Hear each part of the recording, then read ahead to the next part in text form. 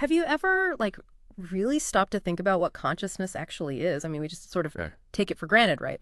But when you actually try to pin it down, you realize it's maybe one of the biggest mysteries out there. Oh, absolutely. It's incredibly profound. So today we're doing a deep dive into this whole fascinating area. We're drawing on all sorts of sources, ancient wisdom, cutting-edge science, the whole lot.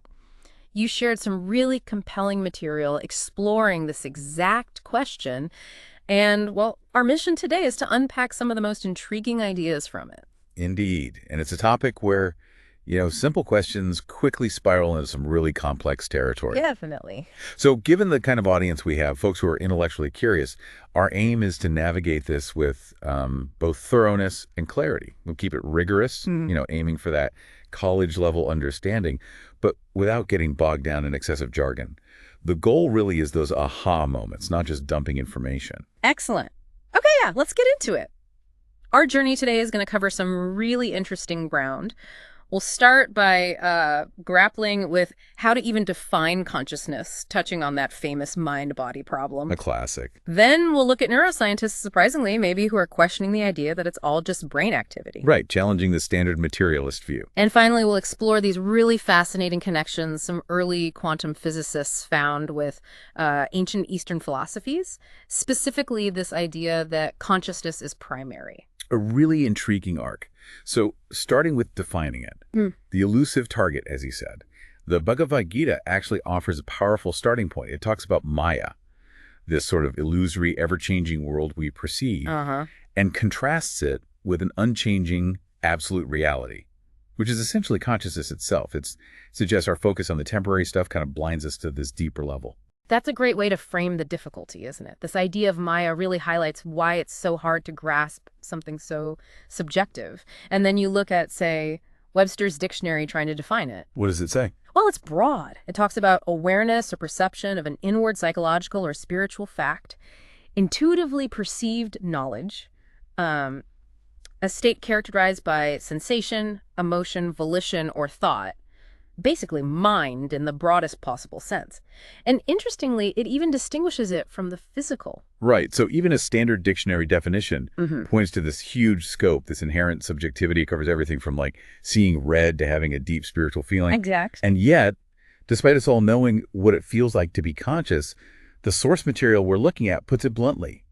Basically, everyone is clueless as to what is consciousness. Ouch. But yeah, it kind of feels true, doesn't it? We feel it, but defining it rigorously, that's tough. It really is. Which leads us straight into that whole mind-body issue. The material mentions the common sort of default answer for many people. Consciousness starts and ends with the brain. Seems logical, right? From a purely physical perspective. It's the standard materialist line, yes. But, as the source points out pretty strongly, that view is seen as completely inaccurate by many, including the authors we're drawing from. Why the pushback? Well, Western science has always struggled with consciousness because it's subjective, right? Science likes objective, measurable things, empirical tests. Consciousness isn't easily pinned down like that. So that's where philosophy steps in. Exactly. The whole field of philosophy of mind has been trying to tackle these non-physical aspects for centuries. And Descartes is central to that, yeah. Absolutely. René Descartes, back in 1641, really crystallized the mind-body problem with his idea of dualism. He proposed that the mind consciousness is a fundamentally different kind of thing from the physical brain. One is thinking stuff, non-physical. The other is material stuff, expended in space. Two separate substances. Two separate substances, but somehow they interact. Yeah. That's the core of Cartesian dualism. And dualists naturally push back hard against the idea that consciousness just comes from the brain. So for Descartes, our inner world, thoughts, feelings, awareness itself isn't just a side effect of neurons firing. It's something else entirely. Precisely. It has a different ontological status. But the big question, the one that still trips people up, is how? How does this non-physical mind interact with the physical brain? That's the core problem, isn't it? That is absolutely the crux of it. How does the ghost interact with the machine, so to speak? Yeah. It's the major hurdle for dualist theories. And fast forward a few centuries, you get thinkers like David Chalmers. Ah, the hard problem. Exactly. Chalmers distinguishes between the easy problems, which are still incredibly complex, mind you, like how our senses work, how the brain processes information, how that relates to behavior. Like mapping how light hitting the retina becomes a visual image. Precisely. We're making progress there. But Chalmers says, even if we solve all of that, the hard problem remains. Why is all that processing accompanied by subjective experience? Why does it feel like something to be us? Why is there what it's like? Yes. And why this specific feeling? Why does sweetness taste like that and not something else entirely unimaginable? This is where qualia comes in, right? Those subjective qualities, the redness of red, the feeling of joy. It's not just the information processing, it's the experience itself. Exactly that. The hard problem tackles the very existence of these first-person qualitative states. Why do we have them at all? This distinction really highlights the huge explanatory gap that materialism faces when it comes to consciousness. Okay, understood.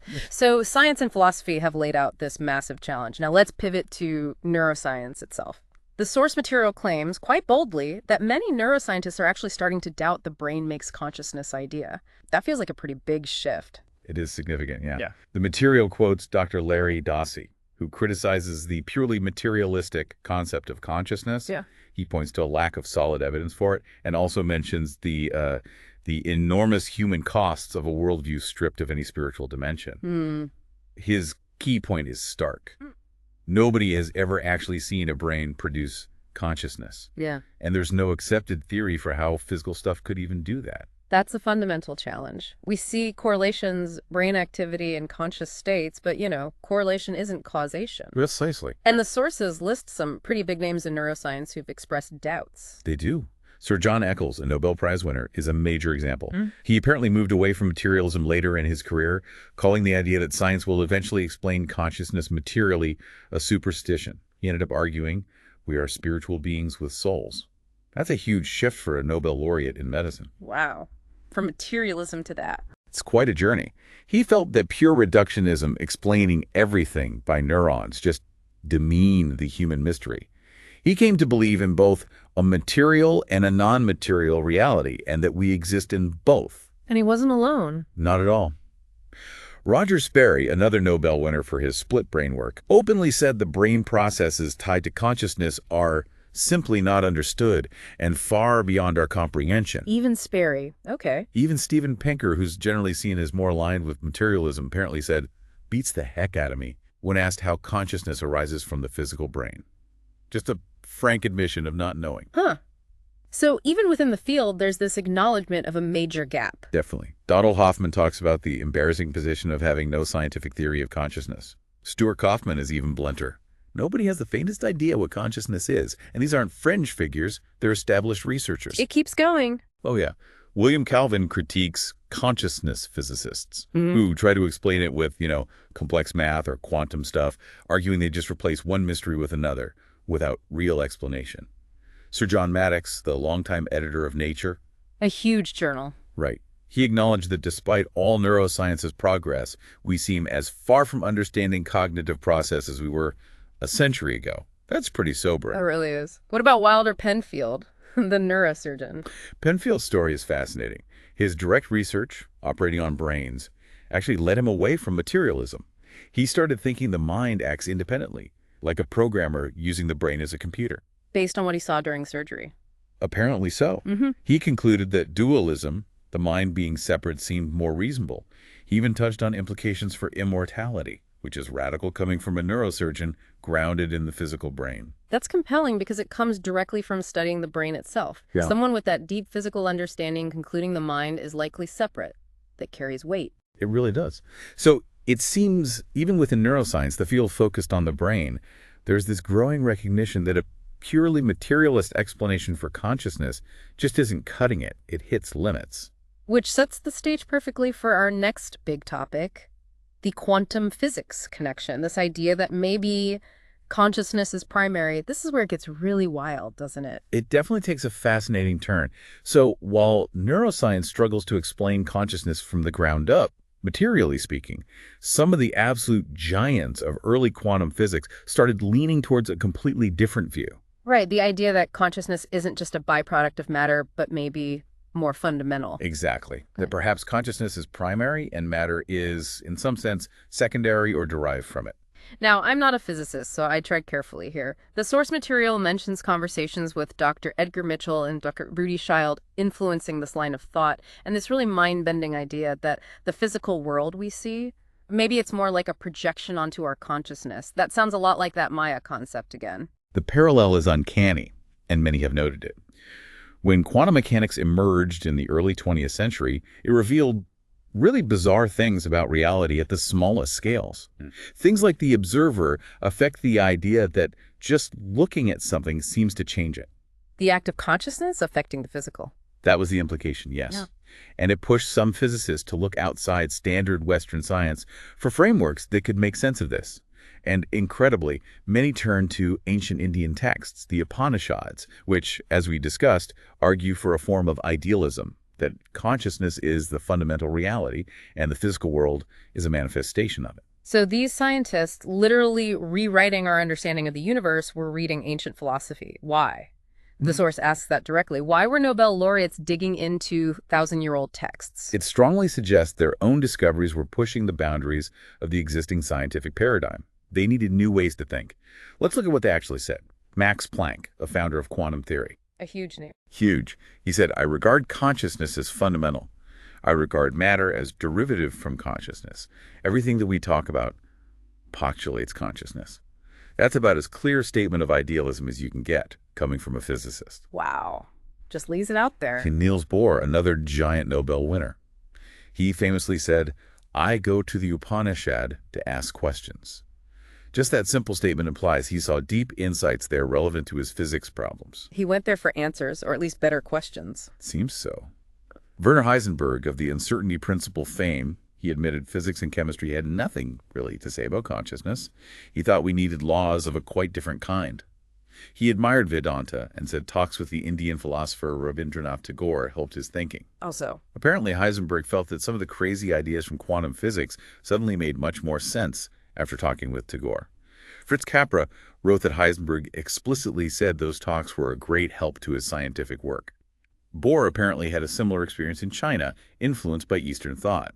so this wasn't just casual interest, it was deeply informing their scientific thinking. It seems that way. And then there's Erwin Schrödinger, another Nobel laureate, key architect of quantum mechanics. He was even more explicit. He argued there's fundamentally only one mind and that consciousness cannot be accounted for in physical terms because it's absolutely fundamental. It comes before the physical. One mind. How did he get there? He was deeply influenced by Vedanta philosophy his whole life, apparently sparked by reading Schopenhauer, who loved the Upanishads. Schrödinger kept coming back to the Upanishadic idea of tat fama asi, that thou art, Meaning, meaning the individual self, Atman, is identical to the ultimate reality, Brahman. He saw our separate lives not as mere pieces, but in a way as the whole thing, expressions of one underlying consciousness. so how did he explain why we all seem to experience separate synchronized worlds? His answer, straight from the Upanishads, was the unification of minds or consciousnesses. He believed our sense of being separate individuals is basically an illusion, Maya, again. He used an analogy of a hall of mirrors, each showing a different view of the same single mountain. Different perspectives, same underlying reality. And this connects to quantum mechanics, how? Like the observer effect. Right. The Upanishads say reality arises from consciousness, Maya, not that consciousness observes a pre-existing physical world. For Schrödinger, this idealist view just dissolved the hard problem. Consciousness wasn't something the brain makes, it's the fundamental ground of reality. He criticized Western science's focus on objectivation, saying it cut itself off from understanding the conscious subject itself. His commitment sounds total. The source even mentions his tombstone reflects this oneness idea. Yes, and he flat out said, most of my ideas and theories are heavily influenced by Vedanta. An incredible statement from a physicist of his stature. Just amazing. Were there others? Absolutely. Sir James Jeans, the British physicist, wrote things like, the universe begins to look more like a great thought than like a great machine. And that mind might be the creator and governor of the realm of matter. He leaned towards idealistic theory that consciousness is fundamental, even comparing individual minds to brain cells in a universal mind. He thought physics was moving towards idealism. A great thought. Not a great machine. That's poetic. It is. And Sir Arthur Eddington, who helped confirm Einstein's relativity, famously said, the stuff of the world is mind stuff. Mind stuff. What did he mean by that? He clarified it wasn't just our individual minds, but something more fundamental, from which even space and time are derived. He argued all our knowledge comes to consciousness, making mind the first and most direct thing in our experience. It's the medium through which we know anything at all. Precisely. Eugene Wigner, another Nobel winner, said you couldn't even formulate quantum laws consistently without reference to consciousness. He also admitted we haven't the vaguest idea how to connect brain chemistry to mental states. That gap. Still that gap. David Bohm suggested that deep down the consciousness of mankind is one, and our idea of being separate is an abstraction. And Charles Townes, inventor of the maser, Nobel Prize, he doubted that human personality could be fully explained just by atoms and molecules according to known laws. It's an incredible convergence of thought, really, from ancient India to the pioneers of modern physics. This idea keeps surfacing. It really does. Now, it's crucial to be clear, as the source material emphasizes, these physicists weren't saying their theories prove mysticism. Right, it wasn't physics as mysticism. Exactly. William James noted that mystic states often involve a feeling of becoming one with the absolute. Mysticism is often about seeking hidden truth through practices and experiences. So the physicists were influenced by these ideas, but their science was still science. Yes, they recognized their physics couldn't fully explain the connection between quantum mechanics and these deeper experiences at the time.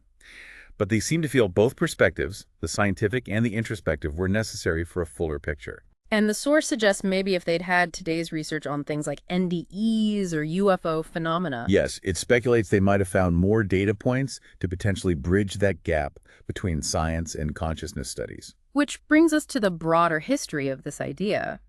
Idealism, the view that consciousness, not matter, is fundamental, wasn't just a quirk of early quantum physicists, was it? Not at all. The source points out it's incredibly widespread historically. You find it in Hinduism, Buddhism, Taoism, ancient Egyptian thought, Greek and Roman philosophy, plus the physicists and neuroscientists we've been discussing. So it's evolved from a kind of metaphysical argument in ancient times to something arguably supported or at least hinted at by quantum physics now. That's a good way to put it. A persistent strand of human thought challenging materialism. And this connects to very early human practices too, right? Like shamanism. Yes. The source brings up shamanism as perhaps one of the earliest ways humans explored consciousness directly. Shamans are practitioners who believe they interact with the spirit world, often through altered states of consciousness. It seems to be almost universal in ancient and indigenous cultures. What's common across these different shamanic traditions? Well, the core seems to be the shaman, using techniques, drumming, plants, fasting, whatever, to induce an altered state. And in that state, they often describe journeying out of their body into a transcendental realm, which they see as the true reality. So shamanic travels sounds like out-of-body experiences or astral travel. Very similar concepts, yes. Yeah.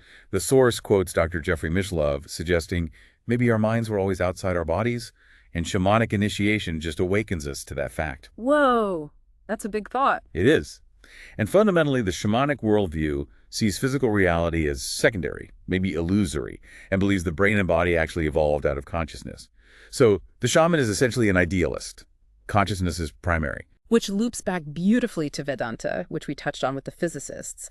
The source really emphasizes the Upanishads' influence, doesn't it? Hugely. It lists Schopenhauer, Nietzsche, Planck, Schrödinger, Bohr, Einstein, Freud, Jung, all apparently influenced by Vedanta. That's an incredible intellectual footprint. What are the core ideas again? The concept of a universal consciousness, the one mind. Advaita Vedanta specifically is non-dualistic. It says the individual soul, Atman, and the ultimate reality, Brahman, are identical. Brahma is the supreme source, creating the perceived illusion, Maya.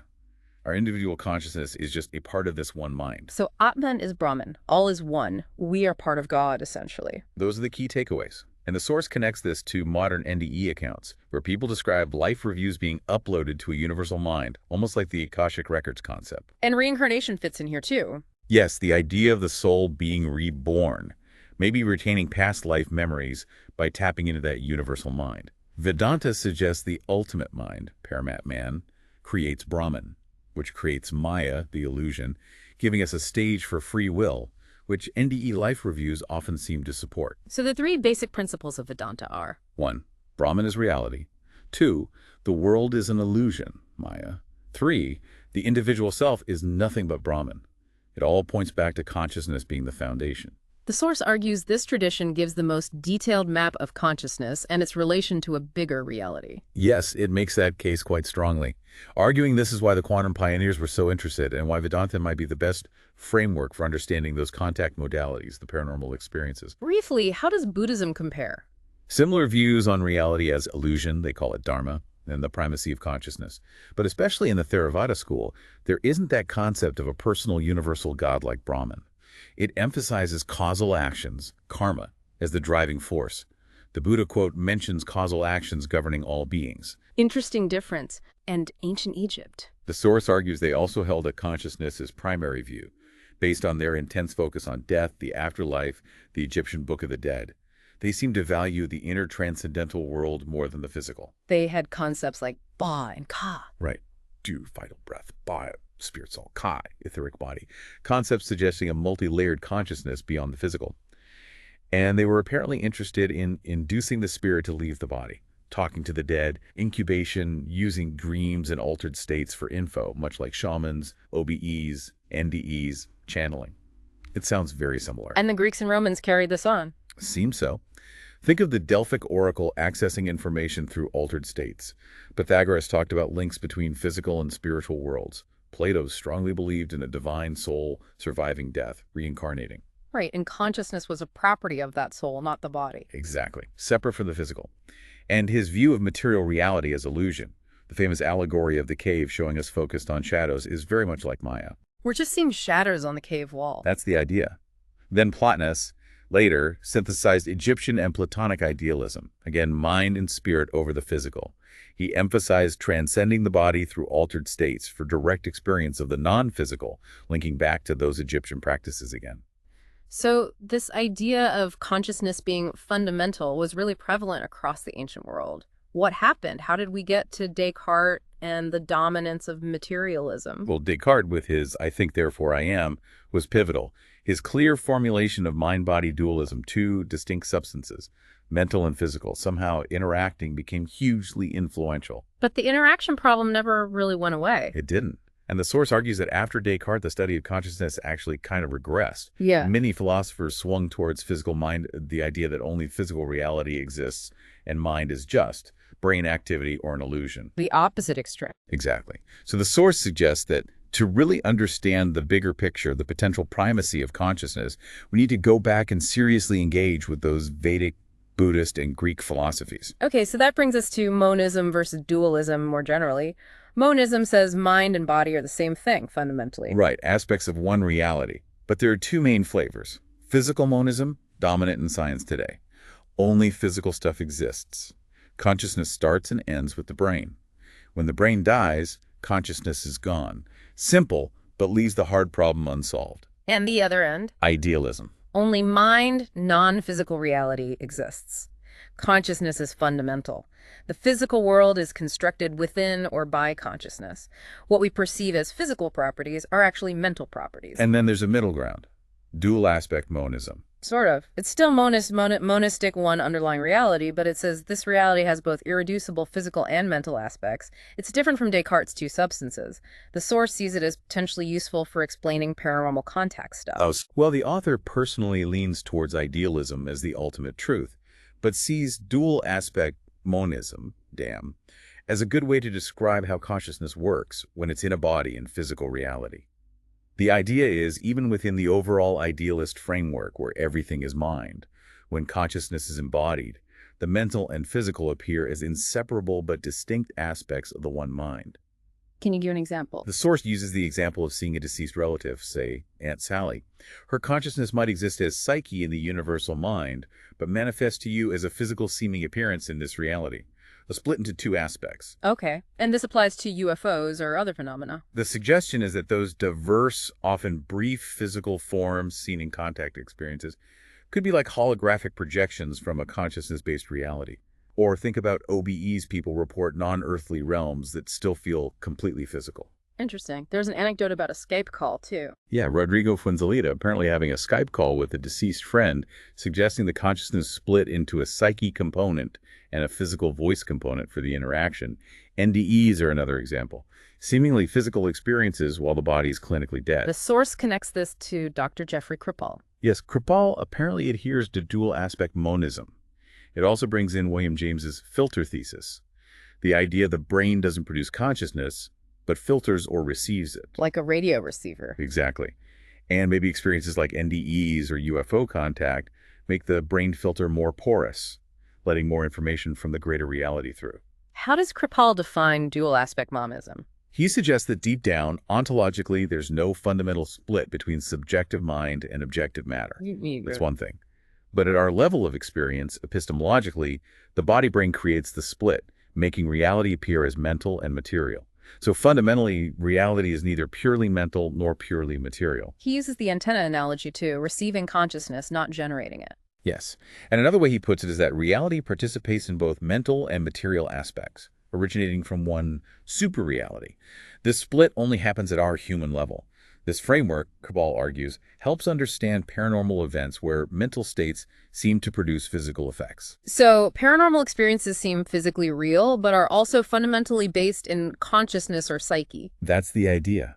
This dual nature puzzled early researchers like Hynek and Valley, the Aunt Sally example, or the diverse but fleeting UFO sightings. Dam offers a potential explanation. So the core message is, whether you call the greater reality a quantum hologram, virtual reality, cosmic consciousness, or dual aspect monism, they all ultimately point towards consciousness as primary. Yeah. And dual aspect monism, while useful for describing our embodied experience, is still seen as fundamentally operating within an idealist framework, because the entire reality, physical included, is ultimately mind. Which is a world away from standard materialist neuroscience saying only the external physical world is real and consciousness is just brain activity. A complete contrast. And the source points out materialism still hasn't successfully defined consciousness, despite decades of trying. It ends by invoking James Randi's challenge. Prove consciousness is only brain activity and that it ends completely when the brain dies. A challenge still unmet. Wow. Okay. We have covered an enormous amount of ground there. That really was a deep dive into consciousness. I really hope that for everyone listening, this exploration offered some valuable insights, maybe even some of those aha moments about what consciousness might be. We certainly went through a lot, from ancient philosophies to modern physics and neuroscience. I think the key tension we explored, that ongoing debate between the materialist view and these more idealist perspectives, is really central. And the possibility that consciousness might be more fundamental than physical reality. Well, it's an idea echoed across millennia and by some truly groundbreaking scientists. It's definitely provocative. It really is. So a final thought for everyone listening, just consider the implications if consciousness is primary. If that's the foundation, how would that change how you see yourself, your experiences, the world around you, the very nature of reality? It's not just some abstract philosophical game. It really hits at the core of the deepest questions we can ask. Definitely something to keep pondering.